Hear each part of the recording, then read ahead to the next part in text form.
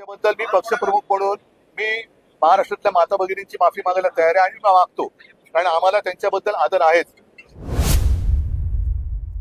मग लोकसभा प्रचाराच्या दरम्यान सुधीर मुनगंटीवाराने त्यांच्या म्हणजे मोदीजींच्या सभेत, कदाचित मोदीजी व्यासपीठावर नसतील, पण बहीण भावाच्या नात्याबद्दल जे अभद्र वक्तव्य केलं होतं त्याच्याबद्दल कोण माफी मागणार आहे?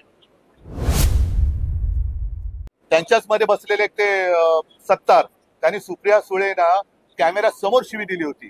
हा माता भगिनींचा अपमान नाही? ज्याच्यावरती एका महिलेवरती विचित्र एक प्रसंग ओढवला, ज्याला आम्ही मंत्रिमंडळातून काढून टाकला होता, त्यांना तुम्ही मंत्रिमंडळात स्थान दिलंय, हा महिलांचा अपमान नाही? मैंने कही कि खुलेआम गाली गलौज करने वाले लोग आज भी आपके कैबिनेट में हैं, तो वो कैसे चलते आपको? ये आप कुछ भी करें तो प्रजातंत्र है और हम कुछ भी करें तो अपराध है, ये बात नहीं चली.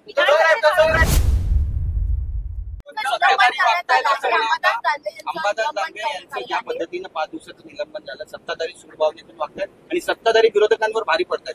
भारी नाही पडत आहे हे त्यांनी पूर्णपणाने, माझ्या माहितीप्रमाणे जेवढं मला आकलन आहे कायद्याचं, त्यानुसार एखादा प्रस्ताव आल्यानंतर त्याच्यावरती चर्चा करणं गरजेचं असतं.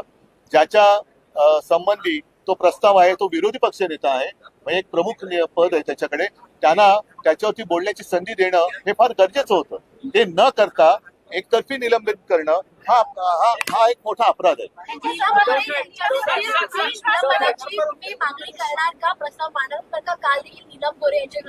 काल देखील त्यांनी पक्षपात केल्याची घटना नाही. मग मी एक सांगतो, अंबादासजींबद्दल आक्षेप काय सांगा, का निलंबन केले सांगा जरा. मी नव्हतो सभागृहात. बरोबर आहे. त्याच्याबद्दल मी पक्षप्रमुख म्हणून मी महाराष्ट्रातल्या माता भगिनींची माफी मागायला तयार आहे आणि मागतो, कारण आम्हाला त्यांच्याबद्दल आदर आहेच. मग लोकसभा प्रचाराच्या दरम्यान सुधीर मुनगंटीवाराने त्यांच्या म्हणजे मोदीजींच्या सभेत, कदाचित मोदीजी व्यासपीठावर नसतील, पण बहीण भावाच्या नात्याबद्दल जे अभद्र वक्तव्य केलं होतं त्याच्याबद्दल कोण माफी मागणार आहे? त्यांच्याच मध्ये बसलेले ते सत्तार, त्यांनी सुप्रिया सुळेंना कॅमेरा समोर शिवी दिली होती. हा माता भगिनींचा अपमान नाही?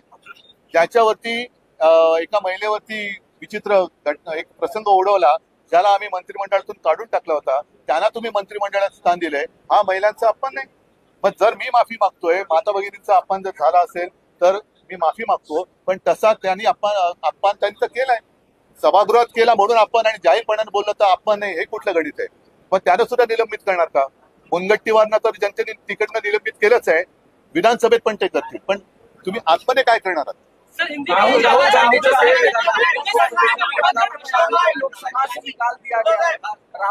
के कल के भाषण को लोकसभा से निकाला गया है. पूरा क्या बात कही? क्या बात कही? उन्होंने जो कहा था कि हिंदू जो है आक्रामक है. नहीं, ऐसी बात कही नहीं थी उन्होंने. और उन्होंने यही कहने की कोशिश की थी या कही थी बात कि हिंदुत्व का मतलब दूसरे धर्म का अपमान करना नहीं है. जो मेरे पिताजी कहते थे, जो मेरे दादाजी कहते थे कि हम हिंदू तो है, हमें भाजपा हिंदुत्व ना सिखाए, नहीं तो भाजपा की पूरी कुंडली जो है, जन्म कुंडली, वो उनको पहले पढ़ाई करनी चाहिए. कहाँ से शुरू हुई उनकी बात, जनसंघ की स्थापना कैसी हुई, इसके पहले क्या थी, वो सारी बातें निकलनी हुई. निमित्त से बार-बार सेट करने की कोशिश कर रही कि जो महिलाओं का अपमान जो है सभागृह में किया गया. जो बात मैंने कही कि खुलेआम गाली गलौज करने वाले लोग आज भी आपके कैबिनेट में हैं, तो वो कैसे चलते आपको? ये मेरा हिंदुत्व नहीं है.